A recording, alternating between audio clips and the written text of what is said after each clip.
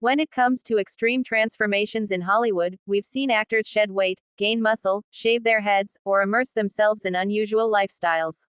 But monster director Patty Jenkins admits she was left completely stunned by Charlie Hunnam's preparation for his chilling role as notorious serial killer Ed Gein. The director recently opened up in an interview, confessing that she couldn't believe what the F Hunnam put himself through to embody the character. The project, which marks one of the boldest and most daring casting choices of Hunnam's career, has already stirred massive buzz in the industry. Known for his rugged good looks and heartthrob status thanks to Sons of Anarchy and action-driven roles like Pacific Rim, Hunnam is now venturing into territory far darker and more disturbing than ever before. And if Jenkins' comments are anything to go by, his commitment may have taken things to a level that even seasoned directors find jaw-dropping. The challenge of playing Ed Gein. For those unfamiliar, Ed Gein is one of the most infamous criminals in American history. His gruesome crimes in the 1950s, digging up graves, creating household items from human remains, and murdering 2 women, have inspired decades of horror films, from Psycho to the Texas Chainsaw Massacre. To play such a deeply unsettling figure requires more than just makeup or a good script. It demands an actor who can both disappear into the role and grapple with the psychological torment of inhabiting such a mind. Jenkins admitted she worried whether Hunnam could pull it off. Charlie is one of those actors who people think of as a leading man, she explained. But he was determined to shed every ounce of vanity and really disappear into Gein. I thought I knew what to expect. And then I saw what he did to himself, and my reaction was just, what the F? Hunnam's transformation, physical and psychological. While exact details of Hunnam's preparation remain tightly guarded, insiders close to the production have revealed that the actor went to disturbing lengths to immerse himself in Gein's world. Drastic weight loss. Hunnam reportedly shed more than 40 pounds for the role, reducing his muscular frame to a frail and gaunt physique that mirrors Gein's wiry appearance. He basically starved himself, one crew member shared. It wasn't just about dropping pounds, it was about looking sickly, almost malnourished. He wanted to be Gein. Isolation. Sources claim Hunnam spent weeks living in near-total seclusion, mimicking Gein's lonely existence on his Wisconsin farm. He allegedly avoided social media, phones, and even limited his interactions with friends and family to tap into Gein's crushing isolation. Researching obsession. Hunnam is said to have buried himself in old crime scene photos, FBI files, and psychological profiles of Gein. He even visited Plainfield, Wisconsin, where Gein's crimes took place, walking the same streets and exploring the town that still bears the scars of his deeds. Method immersion. Perhaps most unsettlingly, Hunnam is rumored to have recreated aspects of Gein's obsessive behaviors, collecting thrift store mannequins, fashioning crude masks, and even practicing Gein's high-pitched, awkward voice for hours a day. Jenkins admitted that seeing Hunnam in character for the first time was profoundly disturbing.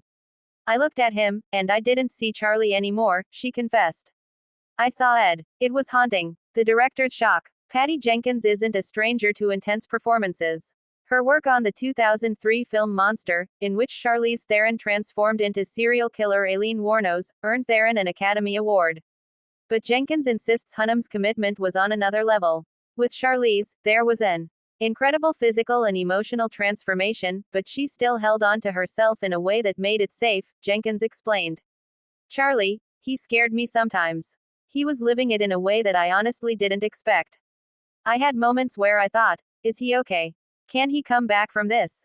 The director even admitted she occasionally had to remind Hunnam to step back from the character for his own mental health. I'd say, Charlie, you don't need to go that far. We'll still get it on camera. But he would look at me and say, no, I need to feel it. And that's when I just thought, what the F? A risky career move. For Hunnam, the role represents a bold departure from his usual image. While beloved for his gritty antihero Jax Teller in Sons of Anarchy, Hunnam has often been typecast in action or romance-driven roles.